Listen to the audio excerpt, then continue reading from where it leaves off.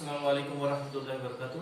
We will see the next part of the chapter, that is types of semiconductor. Already we have started and we have seen the types of semiconductors. Semiconductors are mainly classified into two types. Okay, on basis of its conductivity.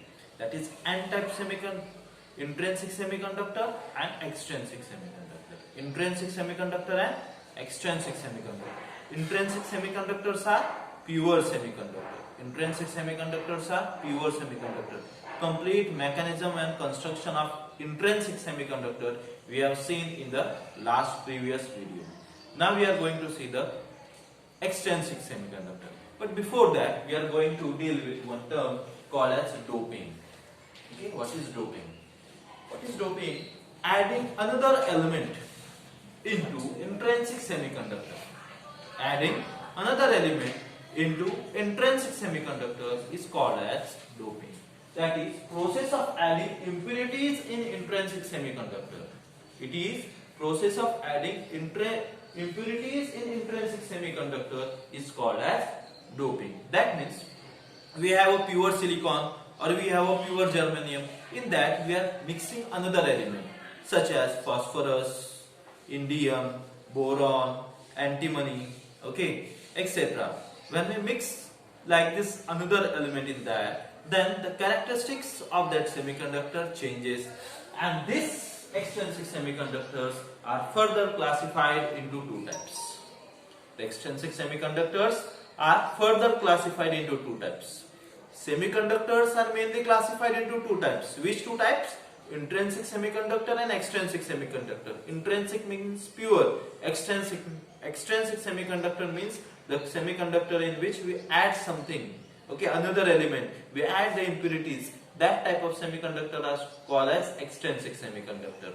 Okay, and these extrinsic semiconductors are further divided or classified into two types, that is N-type semiconductor and P-type semiconductor. Okay, now what are N-type semiconductors? When intrinsic semiconductors are doped,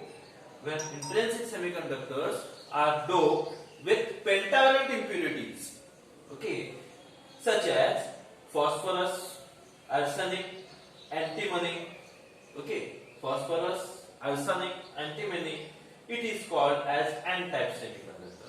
What are N-type semiconductor? When we add the impurities in the intrinsic semiconductors having pentavalent atoms, okay, of pentavalent atom, that means the atom that contains 5 electrons in its outermost shell. Outermost orbit has how many electrons? 5 electrons. When we add such type of atom to the pure semiconductor, then we get N-type of semiconductor.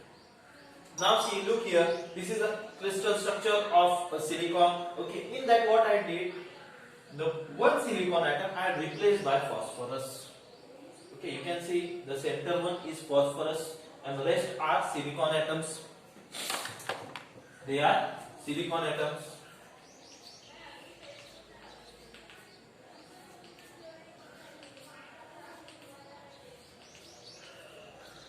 Okay. Now, how many electrons are present in outermost orbit of phosphorus? 5 electrons. How many electrons are present in outermost orbit of silicon? 4 electrons. Okay. So what the silicon does? They try to form the covalent bond so that it will get stable. Okay. Now let us see. This, if we talk about this particular silicon.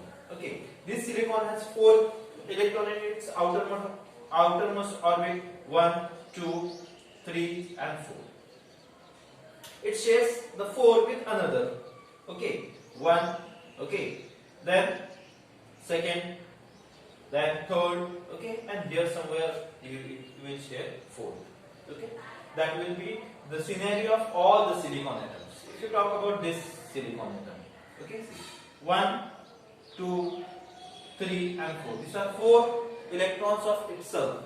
It shares with another silicon atom. 1, okay, then 2, okay, this it shares one with phosphorus, and here it shares with another silicon atom.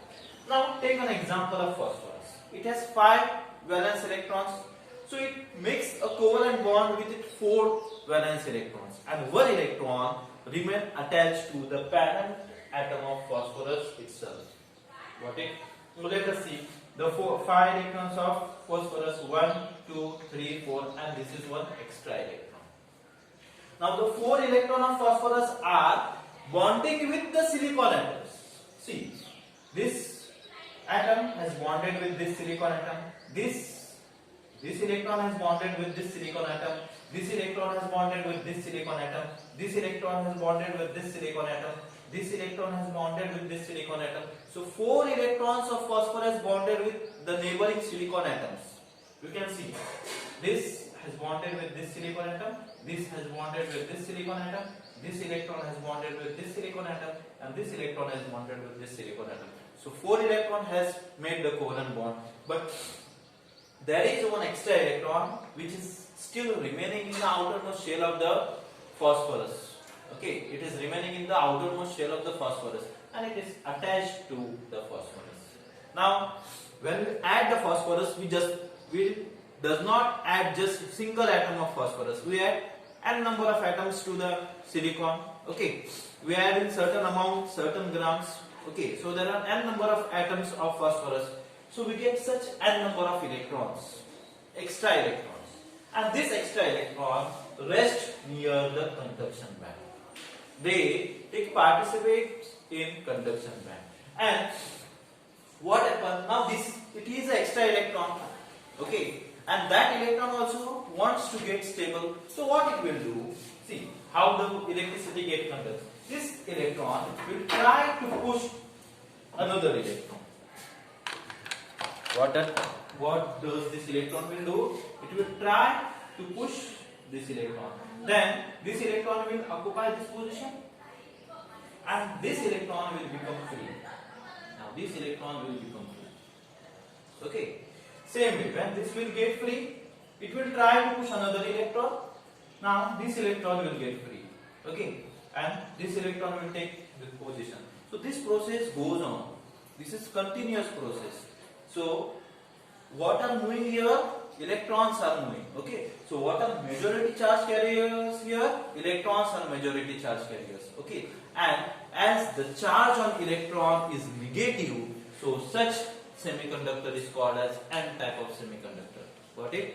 What is N type of semiconductor? When intrinsic semiconductor is doped with pentavalent impurity, okay, atom containing 5 electrons in its outermost shell, then we call the semiconductor as N type of semiconductor. Here, what happens? The extra atom of the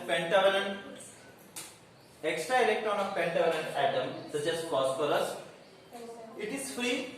Okay, so it takes part in the conduction band.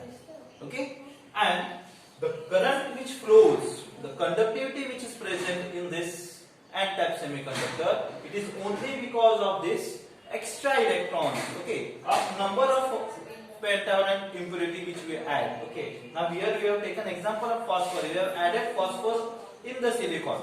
So we get here n number of electrons of phosphor, and this n number of electrons of phosphor participate in carrying the current. Okay, so they form a band which is closer to the conduction band, which is called as extra electron energy level. Got it? And as the conductivity is because of the electron which are negatively charged particle, so N-type semiconductor, it is called as negative semiconductor. It is called as N-type of semiconductor. Okay. Now we will see the next example, that is next type, that is P-type semiconductor.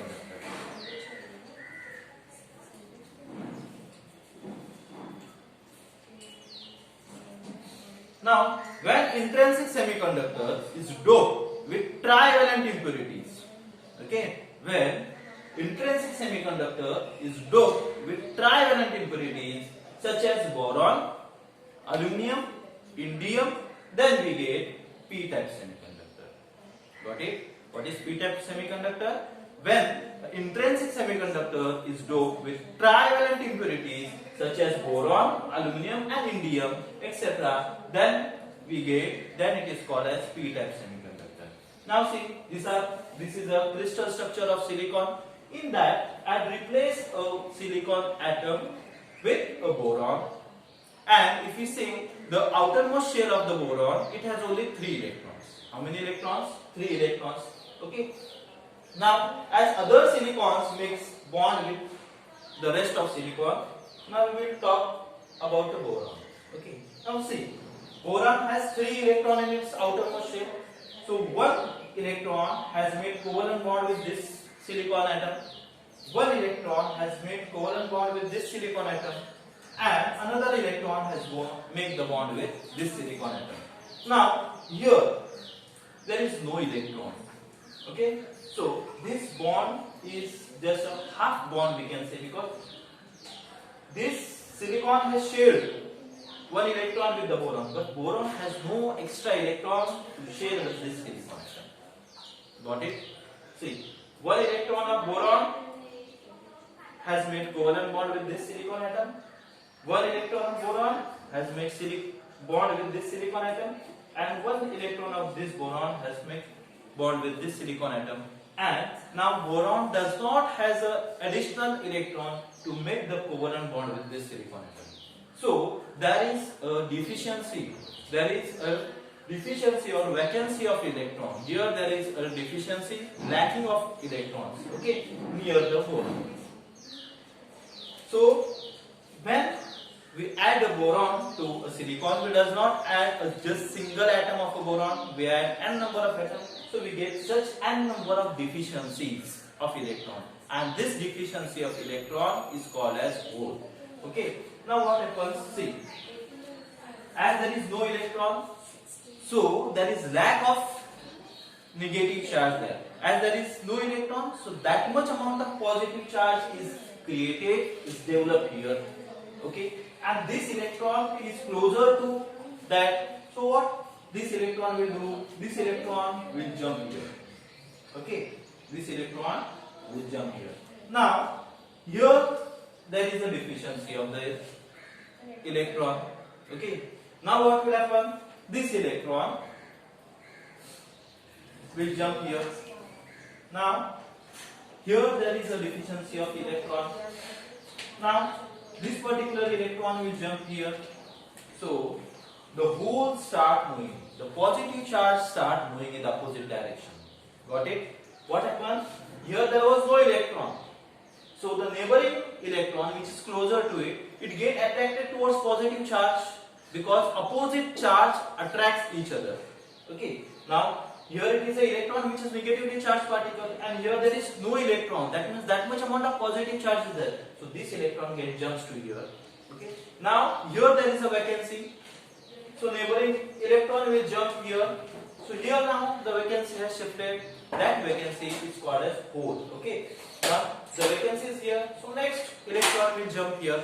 So this process goes on, and here the conductivity is only because of these vacancies, which are called as holes. And as these holes are positively charged, so this type of semiconductor is called as p-type semiconductor, that is positive semiconductor. Got it?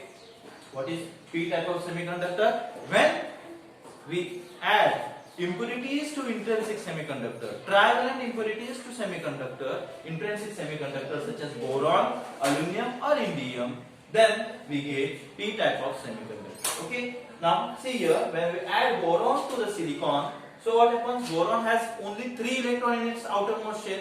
Okay. So there is a deficiency of 1 electron to make a covalent bond. Okay, and due to this deficiencies, the neighboring electrons start jumping toward that particular deficiencies, and the deficiencies goes on circulating in that particular semiconductor. Okay, and as this deficiency or hole is positive charge, so such type of semiconductor is called as p-type semiconductor. Now if you see the energy band, so these holes are near to the valence band.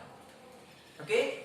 So this particular extra level, energy level, is called as extra hole energy level. Okay, the energy level that arises near the valence band is due to the hole, so it is called as extra hole energy level.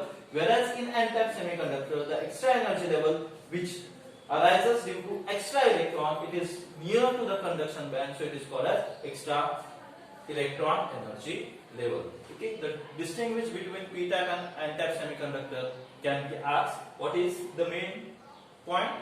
When an intrinsic semiconductor is doped with pentavalent impurity, we get N-type. Here, when it is doped with trivalent, we get P-type. Okay. What are the majority charge carriers? Electrons are majority charge carriers. Here, holes are majority charge carriers. As the majority charge carriers are electrons, so it is called as N-type semiconductor, negative semiconductor. As here majority charge carriers are holes, so it is called as P-type positive semiconductor or P-type semiconductor. Okay.